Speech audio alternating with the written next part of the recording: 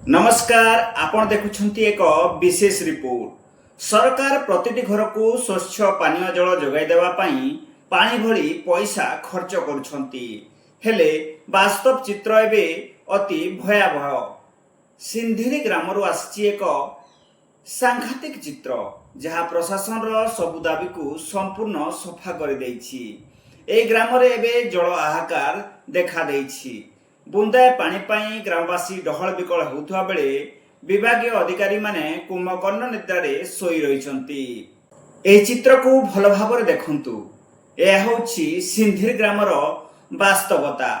विगत 5 वर्ष धरी ए ग्राम रे पानीर घोर संकट देखा देछि। विशेषकरी महिला मानकर दुर्दशा न कहवा भल। घरर चूली जलिबा ठारू आरंभ करी पीवा पानी बुंदाए पाई सेमानंकु माइल माइल बाट चलिबाकू पड़ुछि। आउ एते बाट चलिया परे जो पानी मिलुछि ताहा पुणी अत्यंत दूषित ओ अस्वास्थ्यकर। ए दूषित जल व्यवहार करी ग्रामवासी विभिन्न रोगर शिकार हेबार आशंका मध्य देखा देछि।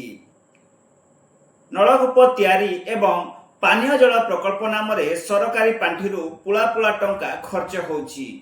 विभाग रे अनेक कर्मचारी एवं अधिकारी मध्य अछंती, मात्र सिंधिरी ग्राम पाई सब योजना जेमिति पानी रगार पाल्टिछि। बारंबार अभियोग पर मध्य विभागीय अधिकारी चेता पशु नाही कि सेमानक ग्राम अभिमुखे पाद बढ़ाउ नांती। इने पानी रो सुविधा अच्छे आज्ञा। हमर पंचायतटा हे जाउछे रामपुर आउ गाँटा होछे आज्ञा इटा सिंद्रियाम। पानी रो अभाव लगी हेगला ने इटा 5 बरस आड़े होछे। बहुत असुविधा थी अच्छु आमे पब्लिक लोक। ई गाँटा जेन इटा गाँ भी कहा जिसी आउ इटा माने ब्रैकेट थी लखले भी इटा हमर होछे सिंद्रियाम पड़ा।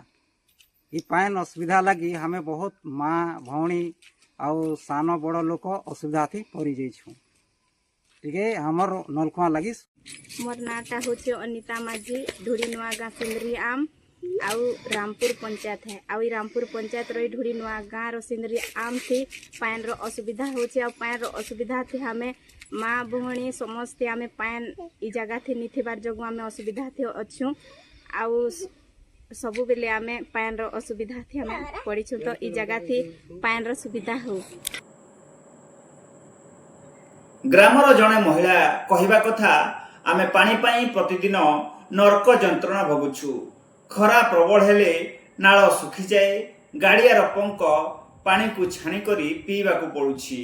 ऑफिसर मानकु कही कही आमे थकी गलुनु, हेले केही आम कथा सुनु नाहांती।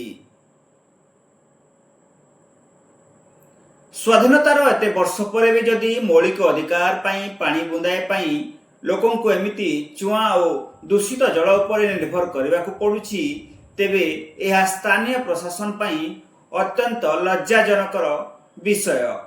एबे देखिया को बाकी रहिला एही खबर प्रसारित हेबा परे प्रशासन रो कुंभकर्ण निद्रा केबे भांगुछि और सिंधिर ग्राम लोकों को निजर मौलिक अधिकार तथा स्वच्छ पानीय जल केबे मिलुछि। सिंधिर ग्रामरू दुर्योधन गडियांक सह राजू पटेल का रिपोर्ट संधान।